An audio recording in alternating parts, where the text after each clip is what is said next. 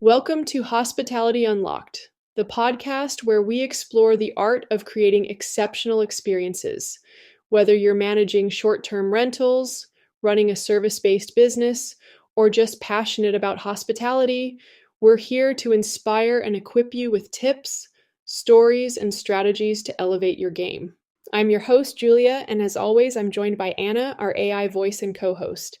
Hello, everyone. I'm so excited about today's episode. It's all about designing spaces that guests love. Whether you're styling an Airbnb, a vacation rental, or even a boutique space, we're diving into the why and how of great interior design. Yes, Anna. We'll cover what makes a space not just look good, but feel good. And we'll throw in some actionable tips, design trends, and maybe challenge a few common design ideas along the way. Let's unlock the secrets to creating unforgettable spaces. Let's kick off by asking a fundamental question. Why does design matter in hospitality? Anna, how would you frame the connection between design and guest experience? Design is more than just aesthetics. It's about shaping how people feel when they enter a space. Think of it as setting the stage for emotions, whether it's relaxation, excitement, or comfort. Right. It's fascinating how a well-designed room can make someone feel instantly at ease, while a poorly designed one, too dark, cluttered, or awkward, can leave them unsettled, even if they can't articulate why. Exactly. This ties into a psychological concept called environmental psychology, which studies how the spaces we inhabit affect our thoughts, emotions, and behaviors. For example, warm lighting and cozy textures can make a space feel welcoming, while harsh lighting and cold materials might make it feel impersonal. That's such a great point. There's also the idea of emotional memory. A guest might forget the specifics of your decor over time, but they'll remember how your space made them feel. Absolutely. And as a host, you're competing in a world where guests are bombarded with options.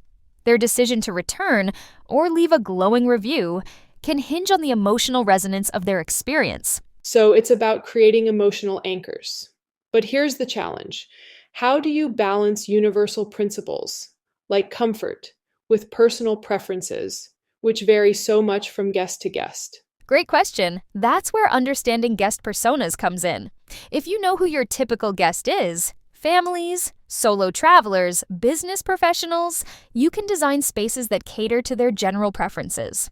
True. A family probably values things like safe layouts and storage, while business travelers might prioritize a functional workspace and minimal distractions. But what about outliers?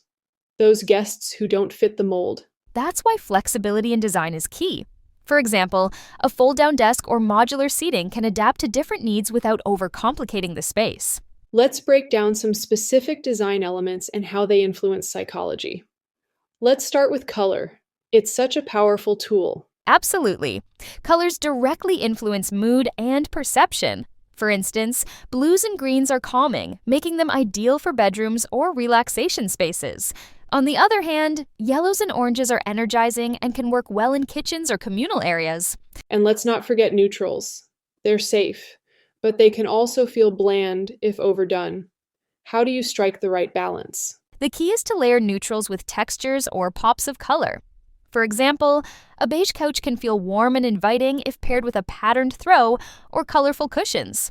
And lighting plays a huge role here too. Natural light in particular is a game changer. Spaces with large windows or bright, airy vibes are often rated higher by guests. Yes, and if natural light is limited, the right artificial lighting can mimic it.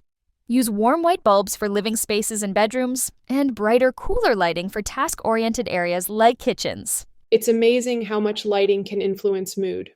Have you noticed how dim lighting can make a space feel intimate, while overly bright spaces can feel clinical? Exactly. That's why layering light, overhead, task, and ambient lighting is so effective. Guests can adjust the mood to suit their activities, whether they're working, relaxing, or socializing. Another important element is layout, the flow of a space. I've stayed in rentals where the furniture felt like it was in the way rather than working for the space. That's a common issue. A poorly planned layout disrupts flow and creates friction points. For example, a couch blocking the path to the kitchen makes the space feel cramped, even if it's spacious. So how do you fix that? Start by identifying the natural traffic patterns, the paths guests will take most often, like moving from the entryway to the kitchen. Keep those areas clear and ensure furniture enhances the flow instead of hindering it. It's like designing with empathy.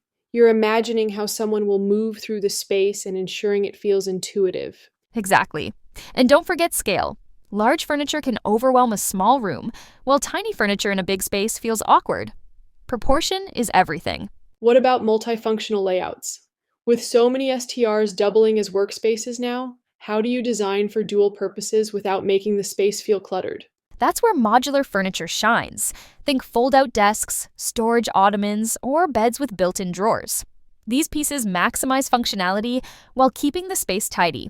Let's talk about personalization. How much is too much? It's a delicate balance. Personal touches, like a curated bookshelf or local artwork, can make a space feel unique and memorable. But over-personalization, like family photos or overly specific decor, can alienate guests. That's so true. Guests want a space that feels special but still neutral enough to project their own experience onto it. Exactly. And subtle cues, like leaving a welcome note or highlighting local attractions in a thoughtful way, can go a long way in making guests feel connected without overwhelming them. It's like walking the line between feeling like a host and not intruding on their experience. Precisely. Hospitality is about creating a canvas for memories, not dictating what those memories should be. Here's something to challenge Anna. Is it possible to overthink design? Can striving for perfection hurt more than it helps? Great question. Yes, overthinking can lead to a design that feels forced or inauthentic. Sometimes the simplest solutions, like a cozy seating arrangement or a thoughtfully chosen color palette, can have the biggest impact. I like that. Design doesn't have to be complicated to be effective. Maybe the best spaces aren't the ones that wow you with complexity, but the ones that just work. Exactly.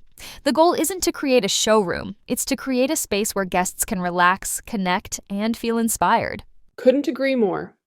It's about balancing intentionality with simplicity, and remembering that, at the end of the day, hospitality is about people, not just spaces. Now that we've covered the psychology, let's talk about trends. What's hot in interior design for short-term rentals right now? One big trend is biophilic design, bringing the outdoors in. Think natural materials, indoor plants, and earthy color palettes. Guests love spaces that feel connected to nature. I've seen that too. It's not just about aesthetics. Research shows that natural elements can reduce stress and increase well-being. And bonus, plants are a low-cost way to elevate a space. Another trend is multifunctional furniture. With so many people working remotely, guests want spaces that adapt. For example, a coffee table that doubles as a workspace or a sofa bed for extra sleeping options. I love that. Flexibility is crucial, especially in smaller spaces. What else is trending? Bold accents are making a comeback. Think statement walls, colorful throw pillows, or unique artwork. Guests appreciate spaces that feel unique, not cookie cutter. That's interesting, because minimalism has been big for a while. Are bold accents replacing minimalism, or do they complement it? It's more of a balance. Minimalism creates a clean, uncluttered base, while bold accents add personality. It's about finding that sweet spot between simplicity and warmth. Totally. Here's a thought. What about the Instagram factor? Are we designing for the guest or for the photo? Great question. Instagram-worthy design can attract bookings, but it shouldn't sacrifice comfort or functionality. A space that looks good but isn't livable won't earn repeat guests. Exactly. The best designs are both photogenic and practical. All right, Anna, let's get practical. What are some actionable steps listeners can take to design spaces guests will love? First, start with a theme or concept. Whether it's coastal chic or urban minimalist, having a clear vision ensures consistency throughout the space. Yes, and don't overthink it. Sometimes a simple theme like modern farmhouse or bohemian retreat can guide your choices and make shopping easier. Next, invest in quality basics. Guests notice the essentials, like comfortable mattresses, high thread count sheets, and durable furniture. I can't stress this enough. A beautifully designed space won't matter if the bed feels like a rock or the dining chairs are wobbly. Prioritize comfort and functionality. Another tip, Layer your lighting. Use a mix of overhead lights, table lamps, and even candles to create a warm, inviting atmosphere. I love that. Lighting sets the mood, and don't forget dimmers. They let guests adjust the ambiance to their liking. Also, focus on storage solutions. Guests appreciate thoughtful touches like luggage racks, closet space, or baskets for their belongings. Yes, especially for longer stays. A well-organized space shows you've thought about their needs. Lastly, don't underestimate local touches. Include decor or amenities that reflect the area, like a map of local trails or artwork from local artists. It's such a great way to connect guests to the destination, and it creates a sense of authenticity that's hard to replicate. We've talked a lot about what makes design work, but let's flip the script. What about the mistakes? Anna, I know design mishaps can make or break a guest's experience. What are some common pitfalls that hosts fall into? One of the most common mistakes is prioritizing aesthetics over functionality. For example, opting for that trendy velvet sofa that looks great in photos but is uncomfortable or hard to clean. Oh, I've seen that. It's like a space screams Instagram moment, but the minute you sit down, you regret it. Do you think hosts are too focused on visual appeal? Yes, sometimes. While visuals are crucial for marketing, you have to consider how the space functions for the guest. If a kitchen looks sleek but lacks essential cookware, or if the lighting is dim and impractical for reading or working, it creates frustration. That's so true. Let's talk about another one.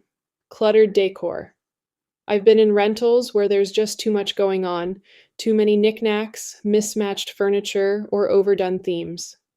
Over-decorating can overwhelm guests. They may feel like they can't relax because the space feels busy or chaotic.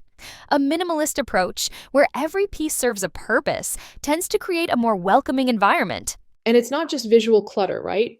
I've stayed in places with way too many unnecessary instructions, like 15 notes saying, don't touch this, or be careful with that. Absolutely. That creates what I'd call behavioral clutter. It makes guests feel like they're walking on eggshells instead of enjoying the space. Clear, concise instructions are important, but keep it simple and focus on what truly matters. Here's one I'd like to challenge: neutral color schemes. So many hosts stick to all white or beige because it's safe. What's your take on that? Neutral tones can feel clean and versatile, but they risk becoming bland or forgettable. A pop of color through a feature wall, throw pillows, or artwork can make a space feel more vibrant and memorable. I agree. Guests want to feel like they're somewhere special, not just in another cookie-cutter rental. But how do you strike the right balance? Think of neutrals as a base, then layer in personality with accents that are easy to change, like rugs, cushions, or even a piece of statement furniture. This way, your space has character but isn't overwhelming. Good advice. Let's challenge another one: overly themed spaces. I've seen rentals that lean too heavily into one idea, like a beach house that feels like you're trapped in a seashell store. Overtheming can feel kitschy or forced. It's better to use subtle nods to a theme rather than turning the entire space into a caricature. For example, in a beach rental, you could incorporate soft blues, sandy tones, and natural textures instead of plastering seashells everywhere. Exactly. It's about creating a feeling rather than a museum exhibit. Here's another one: cheap furniture and materials. What do you think about cutting costs on furniture? It's a short-term gain with long-term consequences. Low-quality furniture may save you money initially, but it can wear out quickly and leave guests with a negative impression. Instead, invest in durable, mid-range pieces that offer both style and longevity. And let's not forget safety.